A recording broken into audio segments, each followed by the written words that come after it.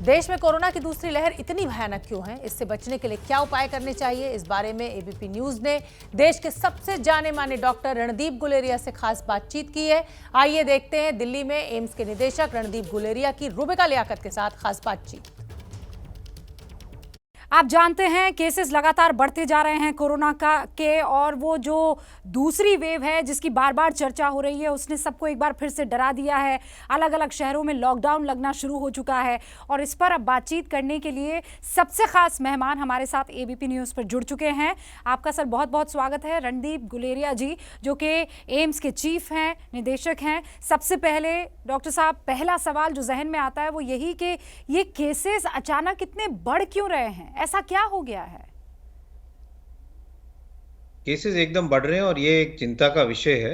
इसके कई कारण हैं। पहला कारण तो यही है कि जब हमारे केसेस कम हुए थे और वैक्सीन शुरू हुई थी, तो बहुत लोगों ने ये सोचना शुरू कर दिया कि अब कोविड खत्म हो गया, हमें कुछ करने की ज़रूरत नहीं है, मास्क लगाने की ज़रूरत नहीं है, 2 गज़ की दूरी की ज़रूरत नहीं है, और पार्टीज़ करना शुरू कर दिया और बाहर घूमना शुरू कर दिया। लेकिन वायरस कहीं गया नहीं था, वायरस यहीं था। और जैसे-जैसे ही कोविड एप्रोप्रिएट बिहेवियर कम हुआ, तो बीमारी एकदम फिर से फैलनी शुरू हुई। उसके साथ हम ये भी जानते हैं कि दुनिया में कई नए वेरिएंट्स भी आए हैं और वो ज़्यादा इन्फेक्शियस हैं, ज़्यादा जल्दी फैलते हैं। तो अगर ऐसा माहौल हो कि कोविड एप्रोप्रिएट बिहेवियर ना हो, लोग पार्टी करें, क्राउड्स इकट्ठे हों और वायरस भी ज़्यादा फैलना शुरू करें, तो एकदम केसेस ज़्यादा बढ़ेंगे और वही हुआ है। तो मेरा ये मानना है कि ये जो केसेस हमारे बढ़े हैं, कुछ हद तक हमारी तरफ से ढील रही है, जिसके कारण ये केसेस एकदम बढ़ गए हैं। एक तो हमारी तरफ से ढील, और क्या ये जो म्यूटेशन की बात हो रही है और ये जो वेरिएंट की बात हो रही है, इसकी आप कितनी जिम्मेदारी मान रहे हैं डॉक्टर साहब? तो वेरिएंट एक कारण हो सकता है जिससे वायरस ज़्यादा फैला, और जो केसेस एकदम बड़े हैं, स्टीप राइज जो हम देख रहे हैं कर्व में, वो उसके कारण हो सकता है कुछ एरियाज में। लेकिन चाहे वेरिएंट हो या पुराना वाला वायरस हो जो ओरिजिनल वायरस था, अगर कोविड अप्रोप्रिएट बिहेवियर हो, अगर मास्क हो, 2 गज की दूरी हो, तो फिर भी वो नहीं फैलेगा। तो फैलना तो इसीलिए हुआ है कि हमने कुछ हद तक अपनी जो हम जो पहले इतने पिछले साल इतने स्ट्रिक्ट थे, पूरी हमने प्रिवेंटिव मेजर्स किए थे, वो हमने एकदम जनवरी फरवरी में छोड़ दिए, और इसलिए ये जो है वेव एकदम आने शुरू हो गई। डॉक्टर साहब, यानी आप खुद नहीं रुके तो फिर आपको रोकना पड़ेगा। दैट मीन्स के लॉकडाउन और नाइट कर्फ्यू दोबारा पिक्चर में आएगा। क्या ये एक उपाय हो सकता है कोरोना को रोकने के लिए? आपको लगता है सक्षम उपाय? हमें कई चीजें साथ साथ करनी पड़ेगी। एक तरफ तो हमें सख्ती करनी पड़ेगी जिससे सब लोग कोविड अप्रोप्रिएट बिहेवियर अपनाएं। दूसरी तरफ से हमें जो हम पहले कर रहे थे, testing, tracking, treating and isolation, वो फिर से करना पड़ेगा।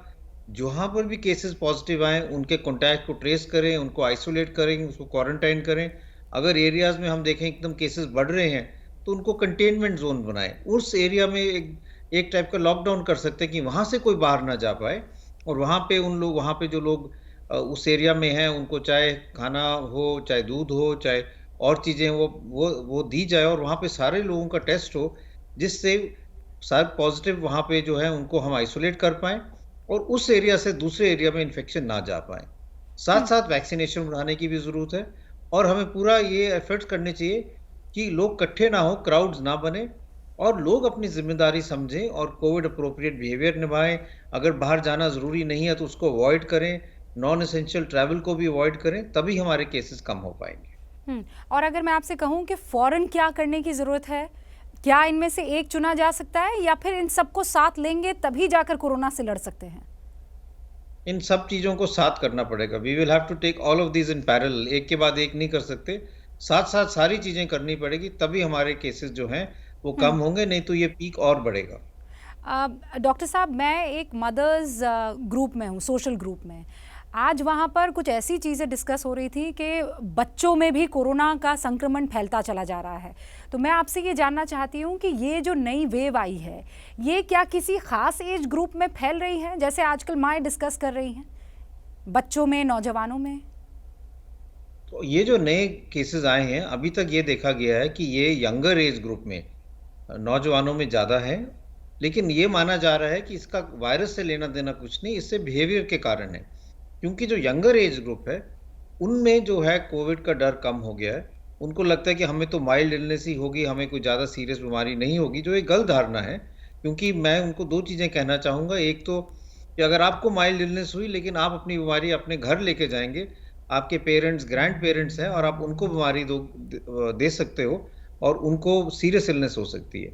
दूसरी चीज़ ये कि हम जानते हैं कि कोविड के बाद भी आपको कई प्रॉब्लम्स रह सकती हैं, जिसको हम लॉन्ग कोविड भी कहते हैं या post covid sequelae, brain fog, body aches, chronic fatigue syndrome. तो कई जो यंग लोग हैं जो कोविड से रिकवर हुए हैं, उनको 4-6 महीने तक काफ़ी हद तक प्रॉब्लम्स रहती हैं, तो इसको लाइटली ना लें। और इसीलिए क्योंकि यंग जनरेशन इकट्ठी हो रही है, बाहर ज़्यादा जा रही है, पार्टी ज़्यादा कर रही हैं, तो इसीलिए इस ग्रुप में केसेस ज़्यादा देखे जा रहे हैं। यंग एज के लोगों में ये कोरोना केसेस दिख रहे हैं। और अगर मैं बच्चों की बात करूं सर, स्पेसिफिकली इन किड्स, बच्चों में भी कुछ हद तक रिलेटिवली, जैसे लास्ट टाइम के रिलेटिवली देखें, बिकॉज ये रिलेटिव चीज़ है, तो हाँ। अभी तक उनमें भी थोड़े ज़्यादा हैं। और उसमें भी ये माना जा रहा है कि क्योंकि बच्चों में हमने पिछले साल बच्चों को बहुत प्रोटेक्ट करके रखा था कि हमने उनको बाहर नहीं जाने दिया, बहुत प्रिकॉशंस रखे थे। अब उसमें भी ढील आ गई है, कई जगह तो स्कूल भी खुल गए हैं और उसके कारण जो है मिक्सिंग शुरू हो गई है बच्चों में भी। और क्योंकि उनमें कोई इम्यूनिटी नहीं है, क्योंकि उनका एक्सपोजर नहीं हुआ है, उनमें भी केसेस इस दफ़ा बढ़े हैं। डॉक्टर गुलेरिया, जब वैक्सीनेशन का दौर शुरू हुआ तो बहुत लोगों को ये कॉन्फिडेंस हो गया कि अब तो आगे ना वो बंदूक आ चुकी है हमारे पास, उसमें वो गोली आ चुकी है जो कोरोना को ख़त्म कर देगी। लेकिन ऐसा अभी दिख नहीं रहा है। क्या वैक्सीनेशन की रफ्तार धीमी है और इसीलिए भी ये वेव देखने को मिल रही है? कोई कनेक्शन? ये समझना बहुत ज़रूरी है कि वैक्सीनेशन एक माध्यम है जिससे हम कोविड को कंट्रोल कर पाएंगे, लेकिन वो एक मैजिक बुलेट नहीं है। क्योंकि वैक्सीनेशन जो है वो 2-3 चीज़ें करती है। एक तो वैक्सीनेशन का असर आने में 4 से 6 हफ्ते लगेंगे, दूसरे टीके के 2 हफ्ते बाद ही आपको ऑप्टिमम प्रोटेक्शन मिलेगा।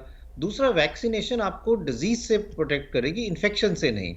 इनमें अंतर क्या है? बेसिक इशू ये है कि अगर आपने टीका लगाया है तो आपको सीवियर इलनेस नहीं होगी, आप हॉस्पिटल नहीं पहुंचेंगे, आपको कोविड के कारण डेथ के चांसेस कम हैं।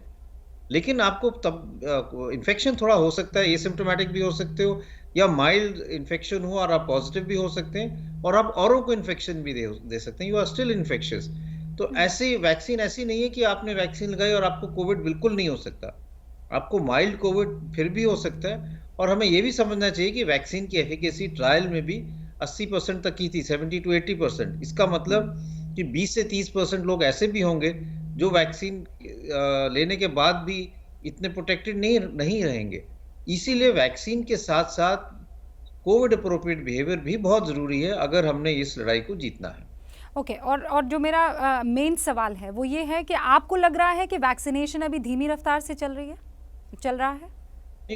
वैक्सीनेशन जो है वो ठीक रफ्तार से चल रही है। हमारी वैक्सीनेशन का जो बेसिक एम है वो 2 एम थे। एक तो ये है कि हम वैक्सीनेशन के कारण मोर्टेलिटी कम करें, डेथ्स कम करें, लोग कोविड के कारण ना मरें। इसलिए यही वैक्सीनेशन का सबसे पहले उद्देश्य था कि हाई रिस्क ग्रुप जो हैं, जो हमारे बुजुर्ग लोग हैं, जिनको कोमॉर्बिडिटीज हैं, उनको पहले वैक्सीन दें। दूसरा ये था कि हमारा जो हेल्थ केयर सिस्टम है और जो ये कोविड की लड़ाई में जो फ्रंट लाइन वर्कर्स हैं, वो ज़्यादा बीमार ना हो, क्योंकि अगर वो ही बीमार हो गए तो फिर हम आगे कैसे ये लड़ाई लड़ पाएंगे। तो हम उस मकसद से वैक्सीनेशन शुरू किया और मेरा ये मानना है कि वो दोनों की रफ्तार काफ़ी ठीक है, ठीक ढंग से चल रहे हैं। क्योंकि हमको ये भी देखना चाहिए कि हमारे पास जो सप्लाई है उसी के हिसाब से हम अपनी डिमांड मीट कर पाएँ। डॉक्टर साहब, आपने बताया कि पहले जो हमारा टारगेट था उसमें एक तो बुज़ुर्ग लोग थे, एक मॉर्बिड लोग थे। अभी आपने कुछ देर पहले ये बताया कि जवान जो हैं, जो यंगस्टर्स हैं, उनको भी अब कोविड होने लगा है और ज़्यादा होने लगा है रिलेटिवली। तो क्या वक्त आ गया है कि सारे एज ग्रुप को वैक्सीनेट करना शुरू कर देना चाहिए? आपके पर्सनल व्यूज़ क्या हैं? नहीं, ऐसा वक्त नहीं आया, क्योंकि इसके 2-3 कारण हैं। पहला कारण ये है कि ऑल्दो हम यंगर जनरेशन में उस कोविड ज़्यादा देख रहे हैं, लेकिन वो इसलिए देख रहे हैं कि उनमें कोविड अप्रोप्रिएट बिहेवियर नहीं है। लेकिन अगर यही कोविड जो है ओल्डर एज ग्रुप में फैल गया और उनको हम पूरी तरह से वैक्सीनेट नहीं कर पाए, तो हमारे डेथ्स बहुत ज़्यादा बढ़ जाएंगे, क्योंकि डेथ्स तो उन ओल्डर एज ग्रुप में ज़्यादा होंगे, यंगर एज ग्रुप में नहीं होंगे। अगर हमें लोगों को कोविड के कारण मरने से बचाना है, तो ये बहुत जरूरी है कि हम ओल्डर एज ग्रुप को पहले वैक्सीनेट करें। दूसरा ये कि अगर हम ये कहें कि हम सारों को वैक्सीनेट करें, मतलब 18 साल से उम्र के लिए सबको वैक्सीनेट करें, तो हमें अपने आंकड़े भी पूरे देखने चाहिए कि कितने डोजेस हमें चाहिए। अगर हम 18 साल से उम्र की सब पॉपुलेशन को देखें तो लगभग 97 करोड़ के करीब हमारी पॉपुलेशन बनेगी। हम कह सकते हैं कि 1 बिलियन हम हैं जो एडल्ट पॉपुलेशन में आते हैं।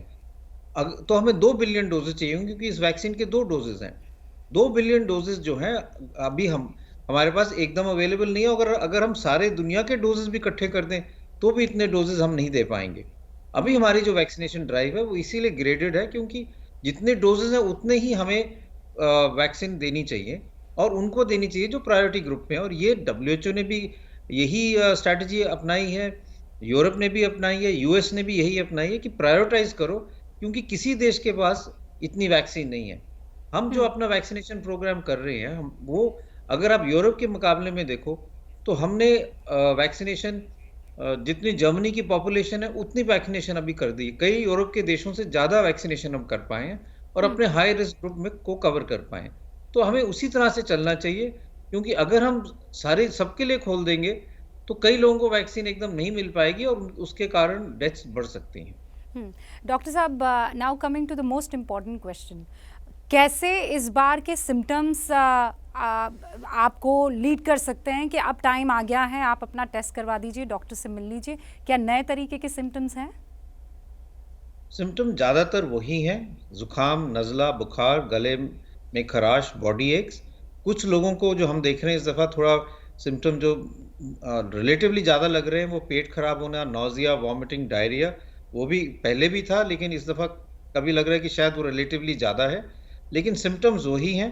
और अगर आपको बुखार हो, जुकाम, नज़ला हो, गले में खराश हो, या बुखार के साथ नौजिया, वॉमिटिंग, डायरिया हो, तो आप अपने टेस्ट ज़रूर कराएं, क्योंकि बहुत ज़रूरी है कि आप पता चले कि आपको कोविड है या नहीं है, और आप अपने आप को आइसोलेट कर पाएं, जिससे आपके घर के और लोगों में ये इन्फेक्शन ना फैले। डॉक्टर साहब, आखिरी सवाल, लोग अभी भी कोरोना की दूसरी वेव से कम और लॉकडाउन से ज़्यादा डर रहे हैं, आप क्या कहेंगे उनके लिए?